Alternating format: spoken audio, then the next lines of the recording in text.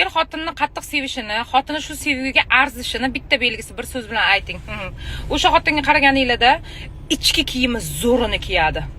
Tepasi bilan pasini bir xilini kiyadi. Pasi boshqacha, tepasi boshqacha, pasi momamnikidek shalvirab yotgan hibisini qidirmaydi.